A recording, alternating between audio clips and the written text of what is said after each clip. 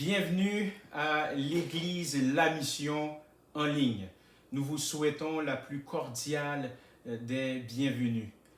Et vous vous rendez compte, nous sommes déjà le premier dimanche du mois d'avril 2020. Et on va se l'avouer, le mois de mars était un mois assez particulier et éprouvant pour nous tous. Mais vous savez quoi? Nous allons continuer à vous servir. Et sincèrement, nous voulons, en tant qu'Église, être au service pour les autres chrétiens, et ce, à travers le monde. Et sincèrement, je prie que vous soyez bénis à travers ce service. Je prie que vous soyez bénis. Et alors que nous continuons la thématique ensemble, je vous rappelle que c'est une thématique que plusieurs églises dans notre région ont en commun. Et le titre de mon message ce matin, nous sommes l'Église. Et c'est la deuxième partie. Donc mon message est inspiré de l'extrait du livre des Éphésiens, chapitre 4, les versets 1 à 6. Je vais en faire la lecture pour vous. Je vous encourage donc, moi, le prisonnier dans le Seigneur, à vous conduire d'une manière digne de l'appel que vous avez reçu, en toute humilité et douceur, avec patience. Supportez-vous les uns les autres dans l'amour. Efforcez-vous de conserver l'unité de l'esprit par le lien de la paix. Il y a un seul corps et un seul esprit, de même que vous avez été appelés à une seule espérance par votre vocation. Il y a un seul Seigneur, une seule foi, un seul baptême, un seul Dieu et Père de tous. Il est au-dessus de tous, agit à travers tous et habitant en nous tous. Il est au-dessus de tous, agissant, n'est-ce pas, et il habite en nous tous. Vous savez, les 3 premiers chapitres précédents, Paul écrit ce que Dieu a fait pour nous. Dès lors que nous comprenons vraiment combien Dieu a fait pour nous, nous voudrons naturellement le servir et lui obéir avec gratitude. L'idée est claire. L'idée est claire. Nous ne nous conduisons pas d'une manière digne pour que Dieu nous aime.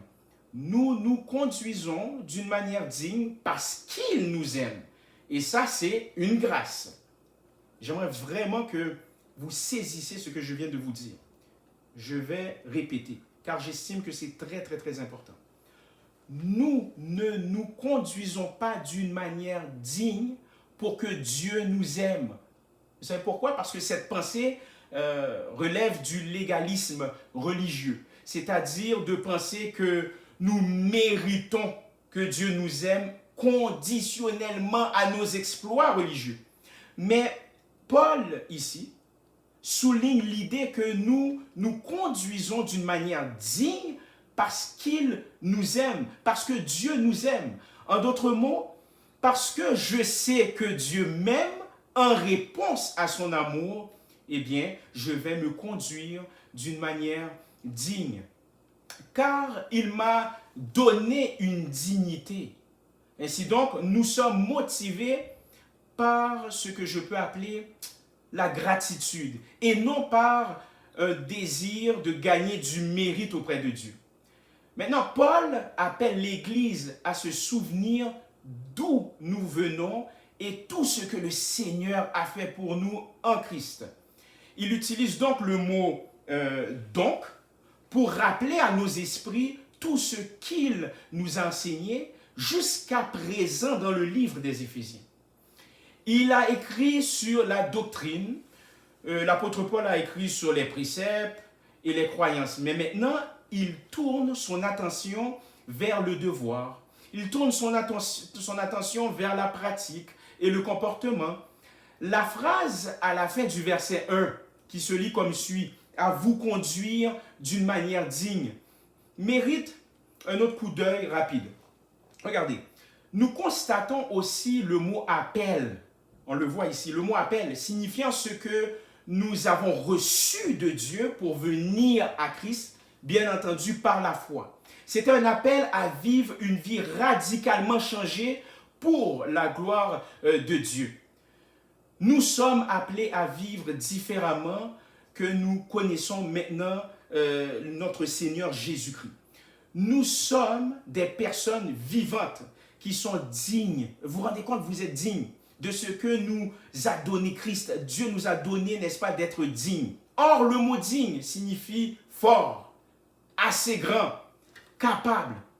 Nous sommes capables. Nous sommes assez forts. Nous sommes assez grands pour vivre des vies qui prouvent que nous appartenons au Seigneur. Nous devons vivre des vies qui le glorifient dans le monde. Après nous avoir dit ici, l'apôtre Paul, après nous avoir dit ce que Dieu attend de nous, là, Paul se met à présent à nous dire comment réaliser cela dans nos vies. Là, il rentre dans le pratico-pratique. Il nous enseigne dans ces versets comment marcher d'une façon digne. Et l'une des façons les plus claires pour l'Église de prouver la réalité de ce qu'elle enseigne est de vivre l'essence, de ce dont Paul parle dans le livre des Éphésiens. Il mentionne au verset 3 et encore au verset 13, c'est l'idée de l'unité. Le mot signifie accord. Cela signifie simplement que nous devons marcher ensemble. Voyez-vous, ensemble, comme un dans le Seigneur. Permettez-moi d'être extrêmement direct. Je vais être extrêmement direct. En d'autres mots, l'unité est le but de Dieu pour son Église. L'unité est le but de Dieu pour son Église. Il n'est jamais question de singleton. Il est question d'unité. Il est question d'être ensemble. Il est question de vivre les beautés de Christ ensemble. Ensemble. De vivre une vie spirituelle ensemble. Si le Seigneur s'intéresse à l'unité de l'Église, nous devrions également nous y intéresser. Au verset 3 de notre texte, nous sommes appelés aussi à garder, ou si vous me permettez l'expression, maintenir. Donc, maintenir l'unité de l'Église. Et je veux passer un peu plus de temps aujourd'hui concernant cette idée d'unité. On va se dire les vraies choses. Okay? On va se dire les vraies choses. Honnêtement, nous ne sommes pas toujours unis. Okay? Ça c'est la réalité. On n'est pas toujours unis. Nous ne sommes pas toujours sur la même longueur d'onde. Nous nous rassemblons pas toujours pour la gloire de Dieu. Trop souvent, nous cherchons chacun nos propres programmes qui rivalisent avec le bien de l'Église. Toutefois, ce texte dont Paul parle est un rappel de l'unité. Paul écrit à l'Église d'Éphèse et il a écrit « Efforcez-vous de conserver l'unité de l'esprit par le lien de la paix. » Dans cette conjoncture, on va se l'avouer, on va se dire, on n'a pas le choix là. On n'a pas le choix en tant que communauté locale et aussi bien que sur le plan élargi, n'est-ce pas, avec les autres assemblées qui proclament la bonne nouvelle de Jésus-Christ avec sincérité, on n'a pas le choix d'être unis. Donc, l'apôtre Paul nous dit encore une fois, efforcez-vous.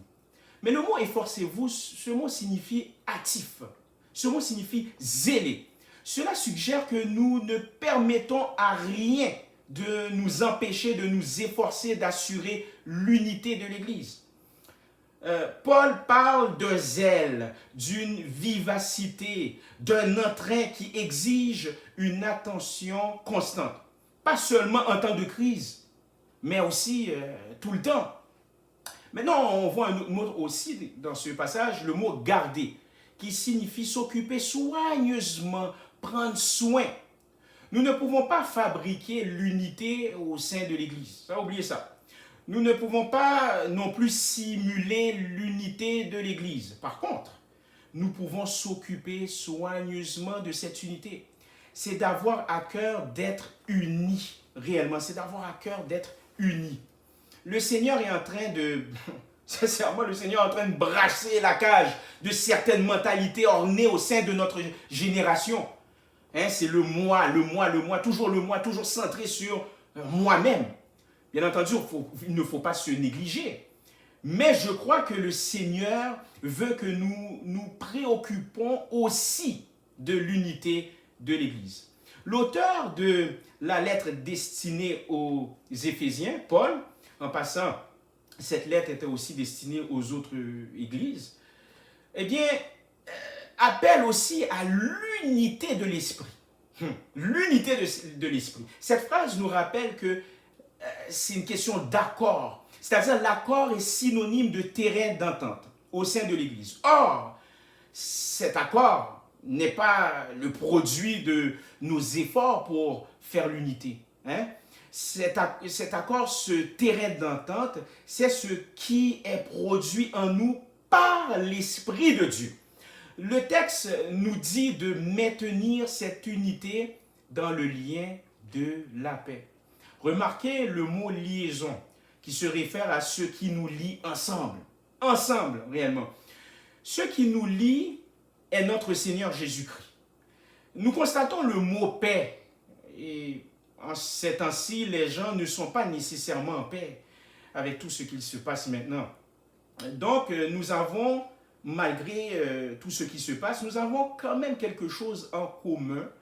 Et je crois forcément que si nous voulons être une église unie, eh bien, nous devons, n'est-ce pas, vivre cette paix et que l'église, au lieu de défendre ses propres, ou du moins au lieu que les gens défendent leurs propres intérêts, ils vont défendre la paix.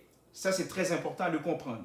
Nous allons répandre la vraie paix. Nous allons répandre la vraie lumière alentour de nous, le Seigneur Jésus-Christ. Et la paix parle aussi de sûreté, solidité, paix, quiétude, tranquillité, contentement. Lorsque nous sommes en paix, mes chers amis, les uns avec les autres, nous pouvons maintenant garder l'unité de l'esprit. Nous sommes un groupe diversifié de personnes. Nous avons tous un arrière-plan différent, nous avons tous des témoignages différents, des histoires différentes. Nous sommes différents, oui, certes, les uns les autres de toutes les manières. Mais j'aimerais nous rappeler ceci, les différences physiques, les différences intellectuelles, les différences économiques peuvent rivaliser l'unité que nous devons avoir. Mais ce qui nous réunit, c'est la centralité de la bonne nouvelle de Jésus-Christ. Maintenant, simultanément, Paul parle aussi de l'humilité. Il parle de douceur. Il parle de patience. Il parle de tolérance aimante. Or, chacune de ces caractéristiques spirituelles découle, si vous me permettez, d'un véritable amour les unes pour les autres. Chacune d'elles vient de la présence de l'Esprit de Dieu dans nos cœurs. Nous devons savoir que la volonté du Seigneur pour son peuple est que nous marchons dans l'unité pour sa gloire. Pas pour notre propre gloire, mais pour sa gloire. Conserver l'unité ne signifie pas que nous ayons toujours les mêmes idées sur des questions différentes, n'est-ce pas? Ou sur les mêmes questions également. Nous pouvons, certes, avoir des divergences d'opinion de temps en temps. Et moi, personnellement, je crois à la pluralité des idées, je crois à la pluralité des opinions. C'est à la fois sain et bon, mais encore une fois, il doit y avoir une diversité de pensées et non un absolutisme intellectuel dictant ce que chacun, ou du moins chaque personne est autorisée à penser. Conserver l'unité signifie que nous sommes marqués par un objectif commun et conduits par une personne commune. Et cette personne, vous le savez, c'est Jésus-Christ. C'est Jésus-Christ. Cela signifie que lorsque le Seigneur nous donne sa direction claire, lorsque le Seigneur nous donne sa direction limpide, nous mettons de côté nos opinions personnelles et nous marchons ensemble. Nous marchons ensemble pour la gloire de Dieu. Nous marchons ensemble pour le bien de l'Évangile. Cela signifie que l'unité de l'Église est plus importante que moi. Cela signifie également que l'unité de l'Église passe toujours. Il faut faire la part des choses, je comprends, mais l'unité de l'Église, elle est impérative. Cela signifie que l'unité de l'Église précède mes faux sentiments certaines fois. Et en guise de conclusion, j'aimerais nous rappeler ceci. Jésus-Christ, qui était en unité avec son Père, Yahweh, le Dieu créateur, s'est détaché de lui. Il est venu sur terre et a vécu la vie que nous devrions vivre et a accepté la condamnation à notre place, c'est-à-dire mourir à la croix. Donc, séparé de son propre Père, afin que nous soyons unis à lui et à son Père, afin aussi que nous soyons unis les uns les autres. Vous savez, il y a un temps pour prier seul. Il y a un temps également pour méditer sa Bible seul. Mais il y a également un temps afin que nous prions avec les autres. Il y a aussi un temps afin que nous méditons la Bible avec les autres. Il y a aussi un temps afin que nous adorons Jésus avec les autres. Sincèrement, je vous dis ceci. Plus que jamais, c'est le cri de mon cœur. C'est le temps pour que l'Église se lève. C'est le temps pour que l'Église fasse la différence. C'est le temps pour l'Église d'être unie. Vous savez pourquoi? Car tu es l'Église. Tu ne vas pas simplement à l'Église. Tu ne vas pas simplement te connecter, n'est-ce pas, à l'Église via Internet. Mais tu es toi-même l'Église. Que Dieu vous bénisse à travers cette parole.